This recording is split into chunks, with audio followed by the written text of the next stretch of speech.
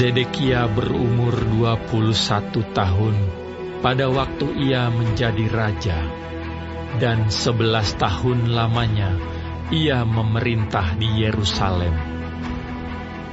Nama ibunya ialah Hamutal binti Yeremia dari Libna. Ia melakukan apa yang jahat di mata Tuhan, tepat seperti yang telah dilakukan Yoyakim. Sebab oleh karena murka Tuhanlah hal itu terjadi terhadap Yerusalem dan Yehuda, yakni bahwa ia sampai membuang mereka dari hadapannya. Zedekia memberontak terhadap Raja Babel. Maka pada tahun ke-9 dari pemerintahannya, dalam bulan yang ke-10, pada tanggal 10 bulan itu, datanglah Nebukadnezar Raja Babel dengan segala tentaranya menyerang Yerusalem. Berkemalah mereka mengepungnya, dan didirikan merekalah tembok pengepungan sekelilingnya.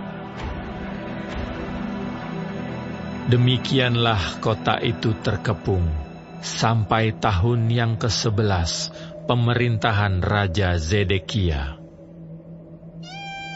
Pada tanggal 9 bulan yang ke-4, ketika kelaparan sudah merajalela di kota itu, dan tidak ada lagi makanan pada rakyat negeri itu, maka dibelah oranglah tembok kota itu.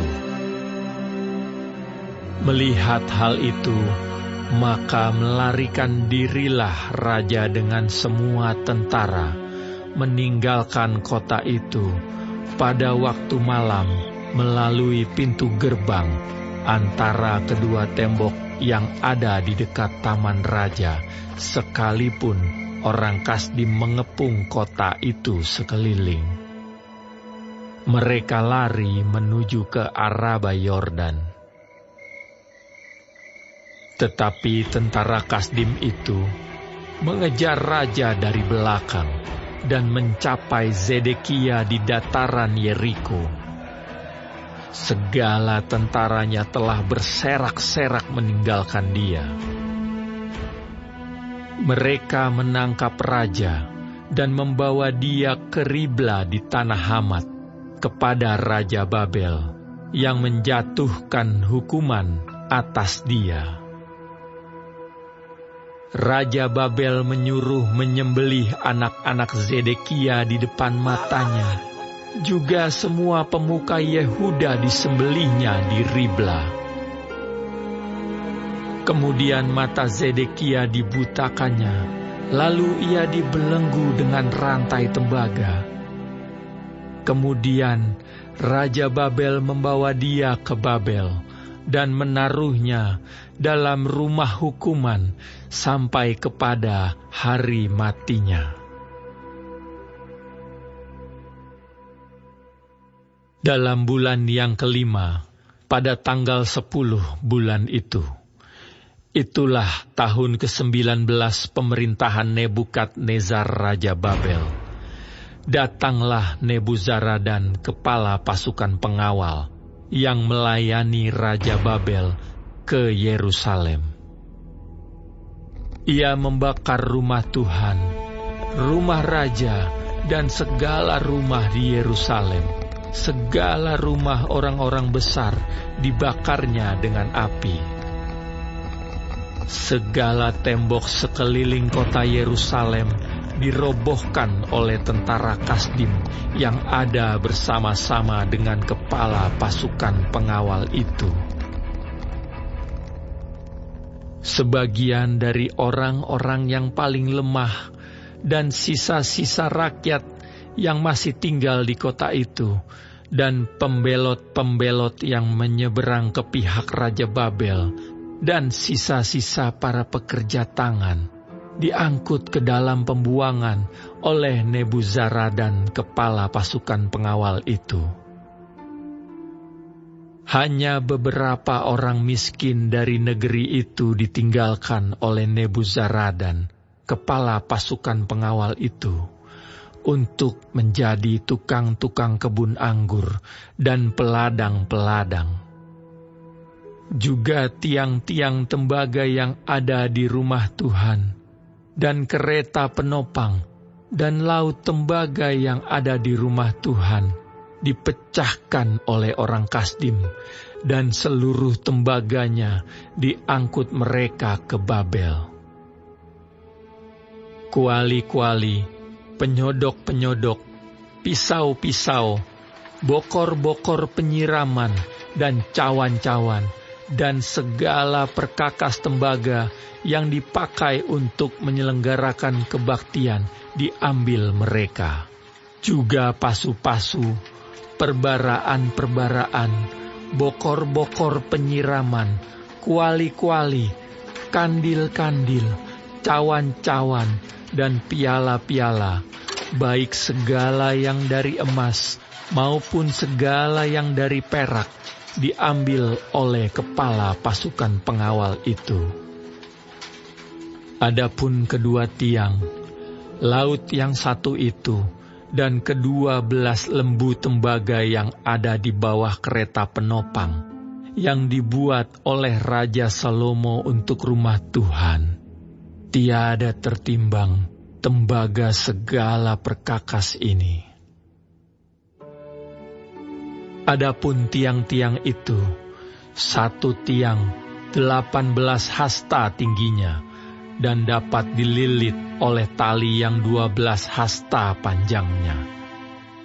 Tebalnya 4 jari dan geronggang dari dalam. Di atasnya ada ganja dari tembaga. Tinggi ganja yang satu itu 5 hasta, dan jala-jala dan buah-buah delima ada di atas ganja itu sekeliling. Semuanya dari tembaga. Dan tiang yang kedua seperti itu juga. Mengenai buah delima, ada 96 buah delima yang merupakan gambar timbul. Seluruhnya buah-buah delima itu ada 100 pada jala-jala itu berkeliling. Lalu kepala pasukan pengawal itu menangkap Seraya, imam kepala, dan Zefanya, imam tingkat 2, dan ketiga orang penjaga pintu. Dari kota itu ditangkapnya seorang pegawai istana yang diangkat mengepalai prajurit-prajurit, dan 7 orang pelayan pribadi raja yang terdapat di kota itu, dan panitera panglima tentara yang mengerahkan rakyat negeri menjadi tentara, dan 60 orang dari rakyat negeri yang terdapat di tengah-tengah kota itu. Nebuzaradan, kepala pasukan pengawal, menangkap mereka dan membawa mereka kepada Raja Babel di Ribla. Lalu Raja Babel menyuruh membunuh mereka di Ribla di tanah Hamat. Demikianlah orang Yehuda diangkut ke dalam pembuangan dari tanahnya. Inilah jumlah rakyat yang diangkut ke dalam pembuangan oleh Nebuzaradan dalam tahun ke-7. 3.023 orang Yehuda. Dalam tahun ke-18 zaman Nebukadnezar, 832 jiwa dari Yerusalem.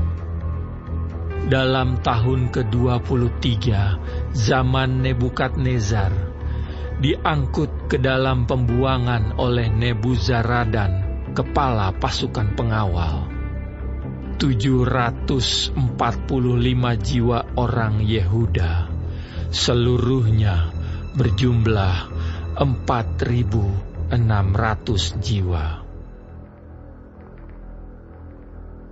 Kemudian dalam tahun ke-37 sesudah Yoyakin Raja Yehuda dibuang, dalam bulan yang ke-12 pada tanggal 25 bulan itu, maka Ewil-Merodak, Raja Babel, dalam tahun ia menjadi raja, menunjukkan belas kasihannya kepada Yoyakin Raja Yehuda dengan melepaskannya dari penjara.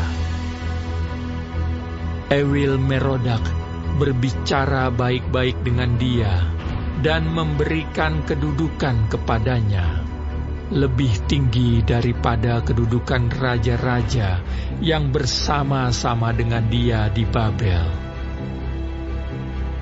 Yoyakin boleh mengganti pakaian penjaranya dan boleh selalu makan roti di hadapan raja selama hidupnya. Dan tentang belanjanya, Raja Babel selalu memberikannya kepadanya sekadar yang perlu tiap-tiap hari selama hidupnya sampai hari matinya.